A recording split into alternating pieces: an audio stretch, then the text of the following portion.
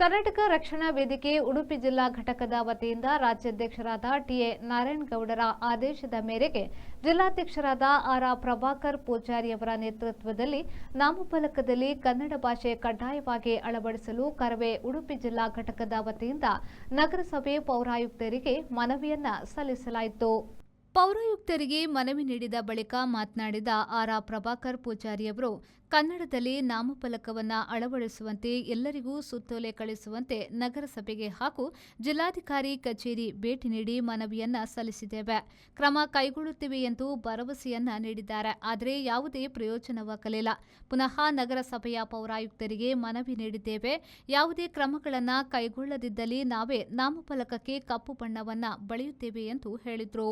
ಇವತ್ತು ಪೌರಾಯುಕ್ತರಿಗೆ ನಾಮಫಲಕದ ವಿಷಯವಾಗಿ ನಾವು ಈ ಹಿಂದೆ ಕೂಡ ಹಲವು ಬಾರಿ ಮನವಿ ಮಾಡಿದ್ದೇವೆ. ಆದರೆ ಯಾವುದೇ ರೀತಿಯ ಒಂದು ಫಲಕಾರಿ ಆಗಲಿಲ್ಲ. ಹಾಗಾಗಿ ನಾವು ಅಂತಿಮವಾಗಿ ಮೊನ್ನೆ ಜಿಲ್ಲಾಧಿಕಾರಿಯವರ ಸಭೆಯಲ್ಲಿ ಕೂಡ ಈ ಪುರುಷೋತ್ತಮ ಬಿಳಿಮಲೆ ಅವರು ಬಂದಾಗ ಆ ಸಭೆಯಲ್ಲಿ ಕೂಡ ಪ್ರಸ್ತಾಪ ಮಾಡಿದೆ. ಮತ್ತು ಇವತ್ತು ನಿನ್ನೆ ಕೂಡ ಸುತ್ತೋಲೆ ಹೊರಡಿಸಿದ್ದಾರೆ. ಇವತ್ತು ನಾವು ಕರ್ನಾಟಕ ರಕ್ಷಣಾ ವೇದಿಕೆಯಿಂದ ಮತ್ತೊಮ್ಮೆ ಪೌರಾಯುಕ್ತರಿಗೆ ಮನವಿಯನ್ನು ಮಾಡಿದ್ದೇವೆ. ಯಾಕಂದರೆ 60% ಉಡುಪಿಯಲ್ಲಿ ಕನ್ನಡ ಆಗಬೇಕು. ಕರ್ನಾಟಕದಲ್ಲಿ ಇದ್ದ ಮೇಲೆ ಕನ್ನಡ ಹಾಕಲಿಕ್ಕೆ ಏನು ಇವರಿಗೆ ತೊಂದರೆ ಅಂತ ಹೇಳ್ತಕ್ಕಂಥದ್ದು ನಾವು ಈಗ ಆಲ್ರೆಡಿ ಮನವರಿಕೆ ಮಾಡಿದ್ದೇವೆ. ಪೌರಾಯುಕ್ತರಿಗೆ ಭರವಸೆ ಕೊಟ್ಟಿದ್ದಾರೆ. ಸದ್ಯದಲ್ಲಿ ಎಲ್ಲ ಯಾರು ನಾಮಫಲಕ ಬದಲಾಗದಿದ್ದರೆ ಅವರ ಪರವಾನಗಿಯನ್ನು ರದ್ದು ಮಾಡ್ತೇನೆ ಅಂತ ಹೇಳೋದು ಭರವಸೆ ಕೊಟ್ಟಿದ್ದಾರೆ. ಯಾಕಂತ ಹೇಳಿದರೆ ನಮ್ಮ ಹೋರಾಟದ ಪ್ರತೀಕವೇ ಈ ನಾಮಫಲಕ 60% ಕರ್ನಾಟಕದಲ್ಲಿ ಆಗಿರ್ತಕ್ಕಂಥದ್ದು.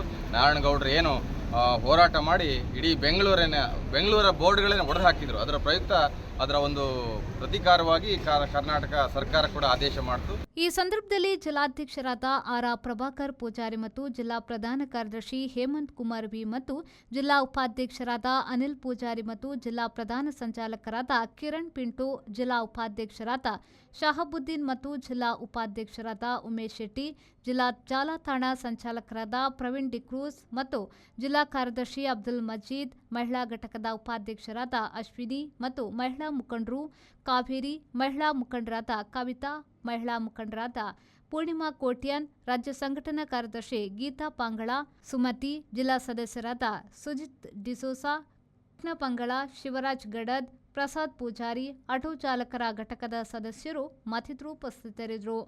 ರವಿರಾಜ್, ವಿ4 ನ್ಯೂಸ್, ಪಡುಬಿದ್ರೆ.